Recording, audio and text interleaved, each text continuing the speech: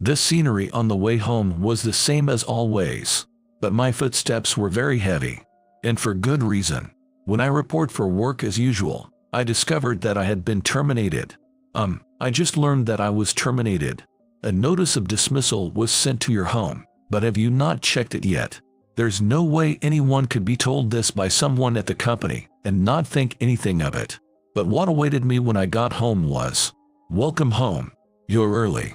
No, that's not right. I guess in this case, it would be better to say you're late, wouldn't it? It was a woman in an obviously expensive suit, with a defiant smile on her face. My name is John Smith, 28 years old. I'm a salesperson working at a major company called Electro Diners. Since I work in sales at a major company, the pay isn't bad, but I work long hours of overtime almost every day. I can't remember the last time I got off work on time in the past few years, and it's become the norm for me to take the first train in the morning and barely catch the last train at night. Sigh. The bags under my eyes are even worse than yesterday. As I grip the train strap and look at myself reflected in the window, I can't help but sigh. I was confident in my physical strength since I had been playing baseball all through school, but working for more than 12 hours straight is a big strain on the body. Half of the week, I stay overnight at the office to work, sometimes waking up on a hard sofa in the morning. On top of that, the pressure from my boss to meet contract quotas is heavy, and if I don't meet my goals, power harassment is the norm. Under such workplace conditions, I developed chronic lower back pain, and my body had reached its limit. I am seriously considering finding another job. However, as a member of the sales force, I am entrusted with numerous responsibilities. Out of my sense of duty towards my tasks, I find it difficult to actualize my plan to change jobs. I want to play baseball with my big bro again. Recently, as I spend my days solely discharging my responsibilities, I find myself reminiscing about the joyful memories of the past. My brother Mike, who is 4 years older than me, my easygoing, family-oriented brother, was my idol and my pride. It was only natural that I started playing baseball, which my brother had started. As I was reminiscing about my brother, I got one new message on my messaging app. I wonder who it is. When I opened the app, it was from my brother. "John, how are you doing? I was worried about you since you haven't come to visit lately. Are you taking care of yourself? Are you eating nutritious food?" I chuckled a little as I read the message. "What are you, my mom? He always puts me first and worries about me. Thanks, bro. Work's been busy lately so I haven't been able to visit, but I was thinking of stopping by this weekend to see you guys." Great. My wife and daughter miss you too.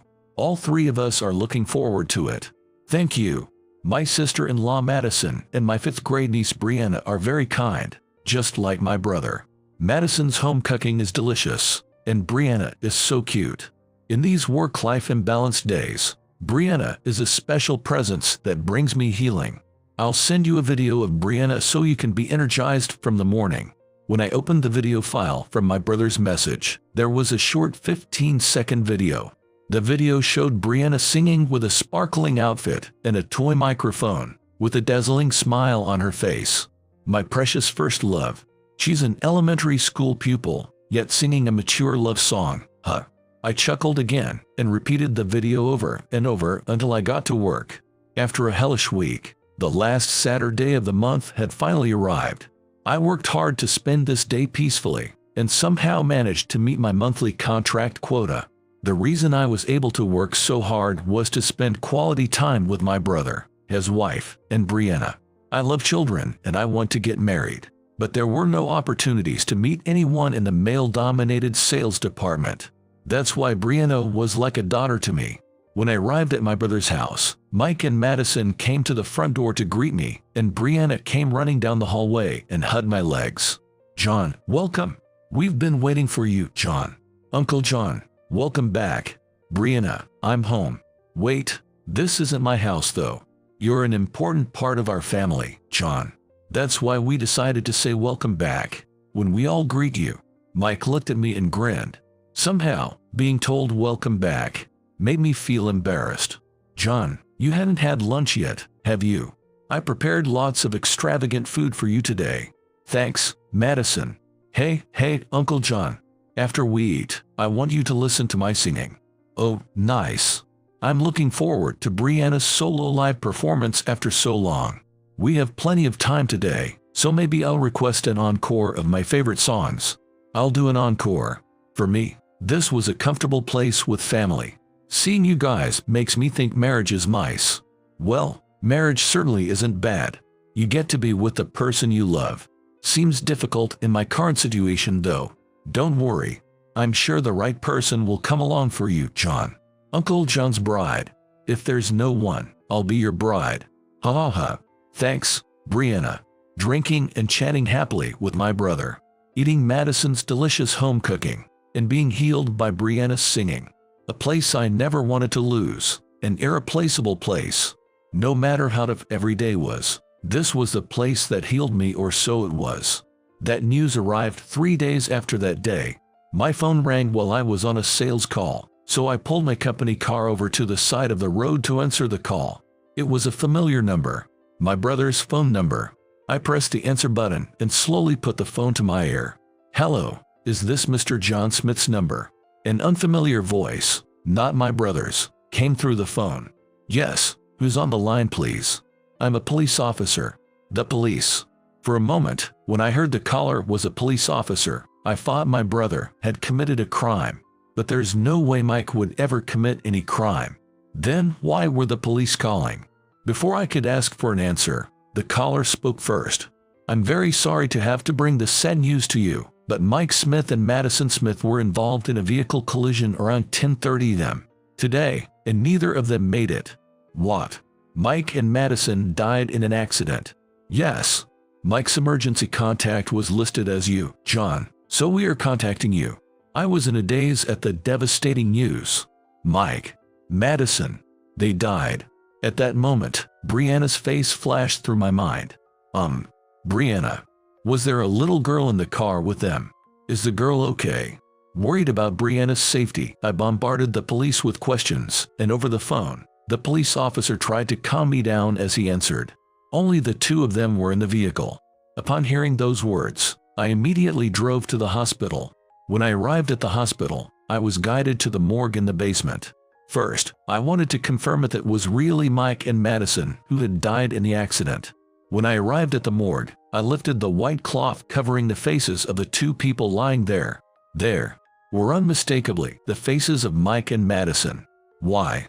A natural expression of my emotions. Glancing at the luggage area in the corner of the morgue, I noticed a teddy bear decorated with ribbons placed there. Mike and Madison must have gone out to buy a present for Brianna and got into an accident on the way back. I then turned my gaze back to the two of them. It seems the point of impact was bad. Their faces were unhurt. That's why I couldn't be sure if they were really gone. Mike, Madison. But no matter how many times I called their names, the two who were always smiling wouldn't respond with a smile. To me, it was clear evidence that they were no longer alive. What would happen to Brianna when she found out about them? How could she live in a world without her dad and mom? As I stared blankly at Mike and Madison, my mind was filled with thoughts of Brianna. While I was driving to the hospital after hearing the news about Mike, I kept debating whether to contact my dad and mom, because I wanted to cut ties with my real parents. Our parents were scum who drowned in alcohol and gambling every day, increasing their debt. Using my parents as a negative example, I studied hard and got a job at a big company. That's why I had decided not to get in touch with my parents. However, regardless of the kind of parents they are, they would undoubtedly want to pay their respects at their child's final moments. It wasn't my personal grudge, but because I wanted to respect Mike's feelings. With that in mind, I called my dad Jack and my mom Susan for the first time in years. John, it's been a long time since you last called me. My dad spoke while coughing, probably from smoking too much. Honestly, I didn't want to hear that voice. Dad, Mike and Madison passed away. It was a traffic accident. What? Are you serious? Hey, Susan. Mike died in an accident. What did you say? My mother must have taken the phone because the person on the other end changed from my father to my mother. When is Mike's funeral? The funeral? I'm going to arrange it from now, but I see. If I remember correctly, Mike had a daughter, right? Yeah, he does, but... Got it. Then let's discuss the various matters at the funeral. After saying that much, my mother hung up the phone on her own. What various matters? Though I had a dissatisfied look on my face, there was something more important I was thinking about. It was about Brianna. Brianna would surely be quite shocked when she found out her parents had died, but there was no way I could hide it. I mustered up my courage and decided to go pick up Brianna. It was night when I arrived at Mike's house. When I opened the front door, I heard Brianna's voice coming from the living room in the back. Daddy, Mommy, welcome home. I'm home, Brianna. Huh? Uncle John, what's going on? Brianna tilted her head as she looked at me. Daddy and Mommy aren't home yet. I wonder where they went. About that, Brianna, Daddy and Mommy won't be coming back to this house anymore. What do you mean they are not coming back? This is Daddy and Mommy and Brianna's house. Brianna, your Daddy and Mommy have gone far, far beyond the sky. Beyond the sky. Holding back my tears that were about to overflow, I held Brianna's hand. Brianna, I want you to come with me. That's all I said as I took Brianna to the hospital. Uncle John, this is a hospital, right? Yay, that's right. While holding her small hand, I brought her to the morgue and slowly removed the white cloth. Daddy, Mommy, Daddy, Mommy. Hey, Daddy, Mommy. Even a child this young can understand the situation in an instant. But she doesn't have the emotional capacity to accept reality like an adult can. All Brianna could do was cry beside her cold, unmoving parents. On the day of Mike and Madison's funeral, I completed delivering the farewell address on behalf of the family without any issues and bid them a proper farewell. Throughout the ceremony, Brianna, who had been holding my hand the entire time, remained silent. As Brianna and I sat down during the snack after the burial, my parents sat across from us. John, there's actually something we want to discuss with you. What is it? It's about Brianna. This child has lost both her parents. Someone needs to take care of her, right? That's certainly true. Brianna is still in elementary school. There's no way she can live on her own. Someone needs to raise this child in place of Mike and Madison. So we were thinking, we'd like to take Brianna in. You guys would. That's right. I mean, you're often away from home for work, right? It'd be bad for this child if no one is around. Certainly. To be honest, I want to take Brianna in. But I leave home early in the morning and come back late at night. The more time I'm away, the more I'd have to keep an eye on her. That's definitely not a good thing. Brianna, starting tomorrow, you're going to live with Grandpa and Grandma. Okay. I said that to Brianna, but she remained silent the whole time. Despite some unease, I decided to leave Brianna with my parents. I thought it would be better for her sake. Around 2 months after leaving Brianna with my parents, as I was heading home exhausted from working all the time as usual, I saw someone sitting in front of my house. Who's there? Uncle John. Welcome home. Brianna, why are you here? It was past midnight. Not a time for a child to be out and about alone. I led Brianna into the house for now while my mind was fully occupied with various negative thoughts. So, why did you come to my house at this hour? I left Grandpa and Grandma's house. You left Grandpa and Grandma's house.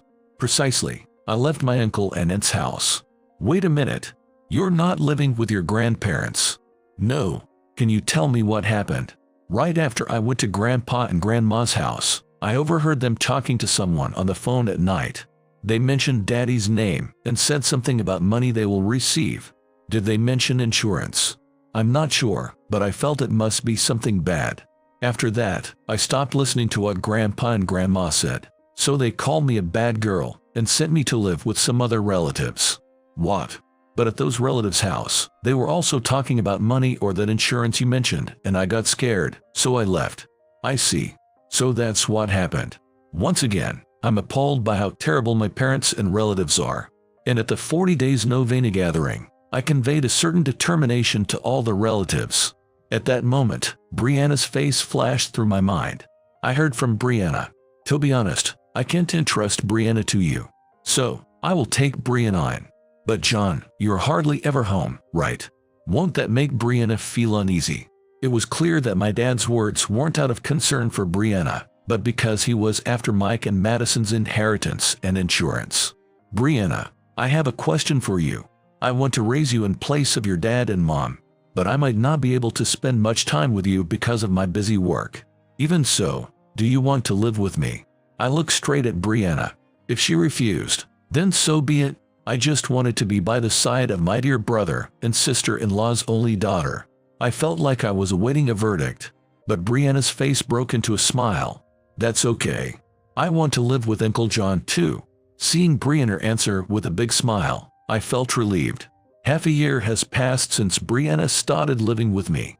It took some time for us to adjust to a new life, but Brianna has a really determined personality and has grown to the point where she can do laundry and cleaning on her own.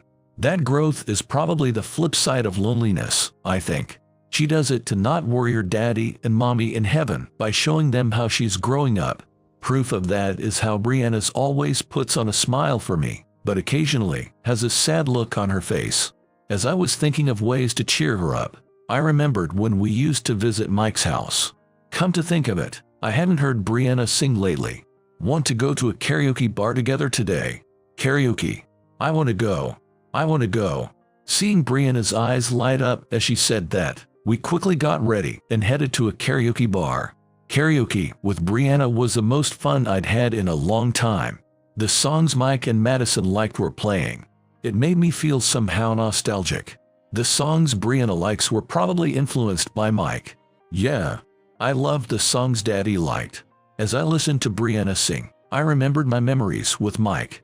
Mike always dreamed of becoming a singer or a baseball player. His reason was that both could give people dreams. But Mike gave up on his dream of becoming a singer because of our parents' depraved lifestyle. Mike started working right after graduating high school to earn money for my tuition. Somewhere in my heart, I felt sorry for Mike for making him give up his dream because of me. That had always bothered me. Do you like singing, Brianna? Yeah, I love it. Seeing Brianna answer with a clear, cloudless expression, I thought of something. I want to fulfill the dream that Mike couldn't. And maybe Brianna is the one who can make that dream come true. I felt like I was awaiting a verdict, but Brianna's face broke into a smile. What's vocal training?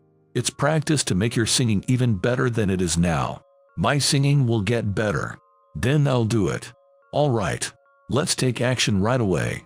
I held Brianna's hand as we left the karaoke bar and headed straight to a famous voice lesson school in our hometown. A few months have passed since Brianna started attending the voice training class. I decided to devote all my time outside of work to Brianna, so I started leaving work on time without doing overtime, picking her up and dropping her off at the voice lesson school and providing various types of support. I feel like Brianna's singing has gotten remarkably better lately. Maybe it's just me being a doting parent. No, in my case, a doting uncle.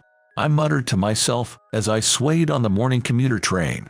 Watching the singing videos of Brianna that I frequently record, I couldn't contain my excitement.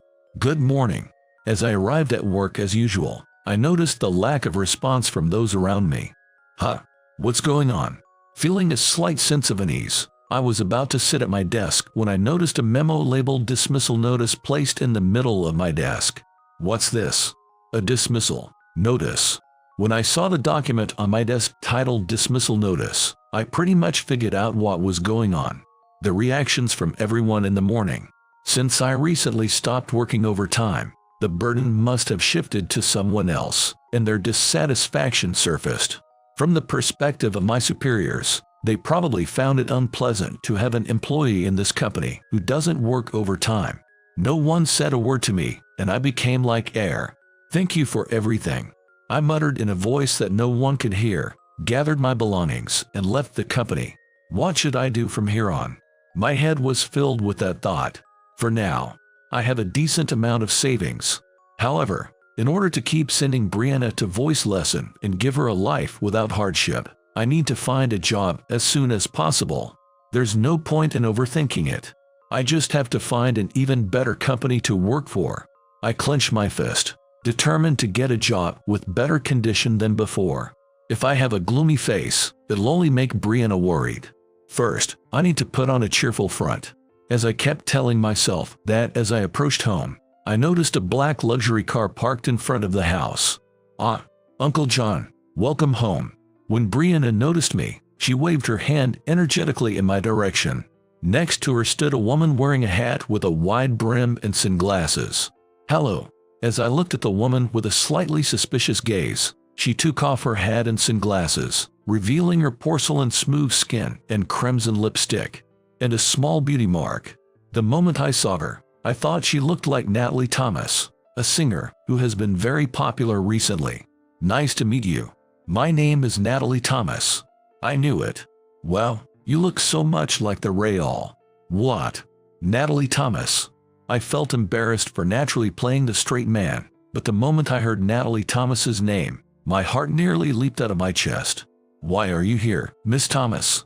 "Actually, I heard Brianna's singing voice and wanted to scout her to join my agency." "Scout? Brianna?" "Yes. Yesterday, I happened to see Brianna on my way back from the agency. In the middle of an empty park in the evening, this girl was singing. To be honest, I've never seen a child this age who can sing this well. A talented singing voice, an expression brimming with confidence. Brianna will surely become the best singer. No, she'll be a world-famous diva." It's hard to believe, but there must be no lie in what Natalie Thomas, the famous singer known for her unique voice, is saying. "Brianna, what do you want to do? If you join a music agency, there will be tough times, but if you become famous, you might be able to make people all over the world happy. Do you want to become a professional singer?" I asked Brianna while looking at her, and she looked straight back at me. "If Brianna becomes a famous singer, can I send my songs to Daddy and Mommy too?" When Brianna mentioned Mike and Madison, I thought I would support her closely no matter how thorny the path may be. "Yeah, I'm sure you can." "Then Brianna will do her best." When Brianna said that, Miss Thomas and I smiled. "Miss Thomas, I have one request. If possible, I'd like to support Brianna closely as well. Of course, she's still a minor after all. Please support her closely." At that moment, I felt like the first step had been taken towards Brianna's, and Mike's dream. After signing a contract with the agency, Brianna's promotion for her debut officially started. However, Brianna's debut was fraught with difficulties due to her low name recognition. The agency's policy was to initially promote her physical appearance, so they were attempting to secure a pictorial contract for a men's magazine instead of focusing on singing opportunities. I absolutely object. Brianna is an elementary school student, you know, and you want her to feature in a men's magazine. My voice echoed in the conference room for Brianna's promotional strategy meeting. "You don't know anything. We need to leverage her physical appearance to gain popularity and establish the foundation to promote her music. Brianna is a singer. It's pointless if we don't focus on her music activities first. That alone won't make the promotion successful." Unable to reach an agreement with the manager, we were at our wits' end. "If you insist that much, why don't you become her manager? That is, if you can handle it with no experience in the industry." "Huh? Me?" Perhaps having reached his limit, the manager started saying outlandish things at the meeting. "Sounds interesting, doesn't it?" Natalie, who had overheard the conversation from somewhere, appeared in the conference room with a smile and said that to me. "How about John being Brianna's manager for just half a year? How about it? You never know until you try. If it doesn't work out, we can always start over." Right. As expected of a big-time singer, she has a big heart. And so, I suddenly ended up serving as Brianna's manager for a short period of time. But how do I do promotions? In a conference room where I was left alone after Natalie and the manager had left, I held my head in my hands. What can I, who has never done promotional strategies, do? Unable to come up with an answer, I opened the messaging app with Mike in desperation. Sometimes when I'm troubled, I open this to be comforted by Mike, a place that will never be updated again. But it was a precious time for me. While reading through my memorable exchanges with Mike, I stopped at a certain point. It was a short video of Brianna singing that Mike had sent me, a video that healed me when I was always tired from work. That's it. Videos. I gripped my phone and immediately left the conference room. The idea I got from the messaging app with Mike was to record videos of Brianna and post them on social media. Those singing videos of Brianna quickly became a hot topic on social media, and Brianna's name became famous overnight for her singing voice that didn't seem like that of an elementary school student. With Brianna gaining attention on social media, offers from TV shows also poured in. Many music programs wanted Brianna to sing for them. My abilities as a former salesperson were put to use in dealing with the offers from TV programs. Brianna's strength is that she never forgets to smile at the viewers, no matter what. Her charm is sure to match the theme of this program. You're absolutely right, John. We look forward to working with you this time. We look forward to working with you too. My sales pitch was successful, and Brianna's appearances on music shows and live performances increased, further boosting her popularity. I never thought I'd be so well suited for the job of a manager. John, you're amazing. Thank you so much, Natalie. How do you like the job of supporting Brianna as her manager? I'm really enjoying it. I feel like Brianna has been more lively since you became her manager. What do you think? I prefer Uncle John as my manager too. In that case, I'd like you to continue working at our agency as a manager. What do you say? I never imagined I'd suddenly become a manager at a talent agency, but supporting Brianna felt like the happiest job for me right now. I'd be happy to. Thank you for the opportunity. Several years have passed since Brianna made her debut as a singer, and I became her manager. Brianna, who was in elementary school, is now a high school student. Brianna skillfully juggled her singing career and high school life, spending time with friends as a normal high school girl at school, and delivering her singing voice to many fans as one of the top teen singers once school was over. Amidst the busy lives Brianna and I led, I received a phone call. Hello, John, is that you? Hearing that voice sent a chill down my spine. It was a call from my dad. The conversation about Mike's inheritance and life insurance from a few years ago flashed through my mind. John, actually, I'm having some financial difficulties. You're Brianna's manager now, right? Right. So what you want from her? I'm sure Brianna is selling well and making money. So I was wondering if you could talk to Brianna about helping out her grandpa. There's no way I can ask her that. Brianna was really shocked when she found out her grandparents were trying to scheme behind the scenes regarding Mike and Madison. I'll apologize for what happened then. Please, just think about helping. I sighed at my dad's shameless request for money. I don't know what Brianna will say, but I'll ask her just in case. I said coldly and hung up the phone. I felt inwardly furious at the brazen request. That night, I brought up my dad's request during a meeting with Brianna. Brianna, Grandpa is asking you to help him out financially. What do you want to do? To be honest, I didn't want to give him a single penny, and I thought Brianna would feel the same way. However, Brianna's response was unexpected. It's okay. If I can help with money, I'll do something about it. Huh? Are you sure? Yeah, it's fine. Brianna answered me with a smile. I never thought she'd say that, but since Brianna agreed, I contacted my dad.